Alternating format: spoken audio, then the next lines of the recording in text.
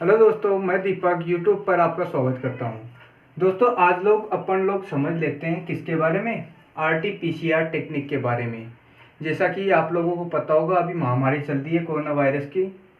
तो उसकी जो जांच की प्रोसेस होती है ना, वो कैसे की जाती है, तो इसके बारे में अपन लोग समझ लेते हैं। किसी भी चीज़ की सटीक जानकारी उसके डीएनए से ही हमें प्राप्त होती है। किसी भी चीज़ की सटीक जानकारी। तो इस प्रोसेस में अपन लोग देखते हैं, जैसे ये होता है क्या, कोरोना वायरस है, इसके बाहर लगे होते हैं ये स्पाइक प्रोटीन। ठीक है जी, स्पाइक प्रोटीन लगे होते हैं और इसके अंदर होता है इसका जेनेटिक मटेरियल। इस टाइप में होता है। स्पाइक प्रोटीन क्या काम करते हैं? स्पाइक प्रोटीन काम करते हैं जहां पर भी जिसको भी इन्फेक्टेड करते हैं ना, जैसे अपनी नाक में होके मुंह में होके जाएगा, तो वहां से उसको कैप्चर कर लेते हैं, यानी पकड़ लेते हैं। यहाँ से स्पाइक प्रोटीन की मदद से ये पकड़ लेते हैं।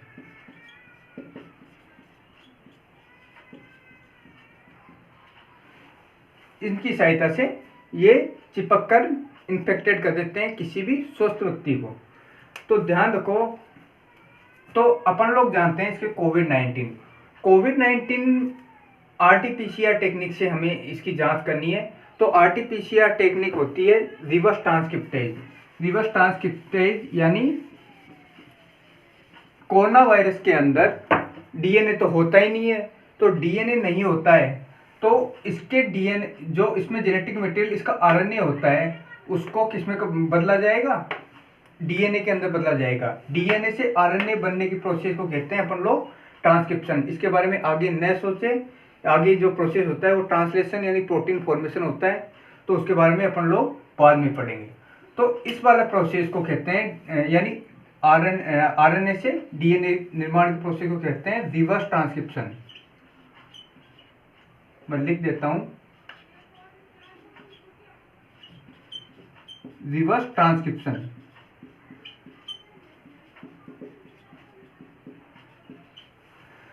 तो बात आती है रिवर्स ट्रांसक्रिप्शन यानी आरटीपीसीआर टेक्निक होती क्या है?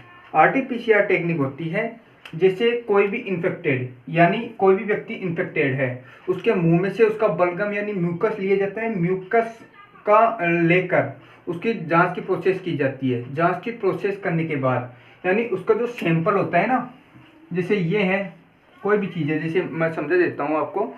जैसे ये है, ये पूरा इन्फेक्टेड हो गया आपका, ठीक है, इन्फेक्टेड यानी ये वाली चीज़ है। तो इसमें जो डीएनए जो इसका डीएनए जो होता है ना, अब शरीर के अंदर एंटर करता है तो बॉडी के अंदर एंटीजन एंटीबॉडी भी बनाएगा वो उसके द्वारा। तो उसके द्वारा प्रोटीन का फॉर्मेशन भी करेगा, तो ऐसा उसका छायाचित्र दूसरा अलग हो जाएगा। तो इस प्रोसेस के अंदर जैसे ये है, ठीक है जी, ये वाला है, इसकी फोटो कैप्चर कर ली जाती है और ये हर हॉस्पिटल हर जगह पहुंचा दी जाती है कि ऐसी कोई भी चीज़ हो तो वो मान लेना कोरोना पॉजिटिव है,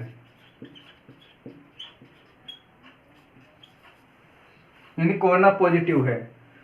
तो इसकी सबसे बड़ी खास खराबी ये है कि इसको जांच करने के लिए 2 से 3 दिन का समय लगता है। 2 से 3 दिन यानी बहुत ज़्यादा लेट हो जाता है, ये चीज़ आप लोग भी समझ सकते हैं।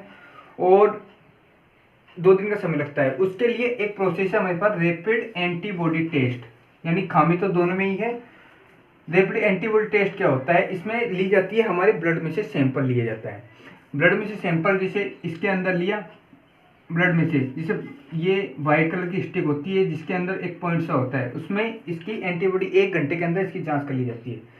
लेकिन रैपिड एंटीबॉडी टेस्ट की एक गलत खामी भी है। वो क्या है मैं बताता हूँ, वो क्या है। जैसे कोई भी वायरस हमारे शरीर के अंदर एंटर हुआ तो 2-3 दिन के अंदर हमारी जो बॉडी होती है एंटीबॉडी बनाएगी। एंटीबॉडी बनाने के बाद ही तो ब्लड के अंदर आएगी, ब्लड के अंदर आएगी। जैसे कोई भी व्यक्ति है जिसे आज इन्फेक्टेड हुआ तो आज ये तुरंत रिजल्ट नहीं देगी, उसका रिजल्ट नेगेटिव ही आएगा। इस चीज़ का ध्यान रखना आप लोग। लेकिन यदि किसी को खांसी है, जुकाम है, जैसे कोरोना के सिम्टम्स अवेयर होते हैं ना, तो उसके लिए बेस्ट टेक्निक कौन सी है? आरटीपीसीआर। क्योंकि उसमें टाइम लगेगा, उसके सिम्टम्स अवेयर और ज़्यादा होने में टाइम लेगा, इस वजह से ये खामी होती है। रैपिड एंटीबॉडी टेस्ट में ऐसा नहीं है, क्योंकि इसके कारण टाइम ज़्यादा लगता है, इसमें टाइम ज़्यादा लगता है, इस वजह से तो ध्यान रखना आप लोग। ये reverse transcription polymerase chain reaction इसका कंप्लीट नाम होता है। इस चीज़ को ये एग्जाम में पूछा भी जा रहा है आपके, तो इसको ध्यान रखना। Okay, thank you.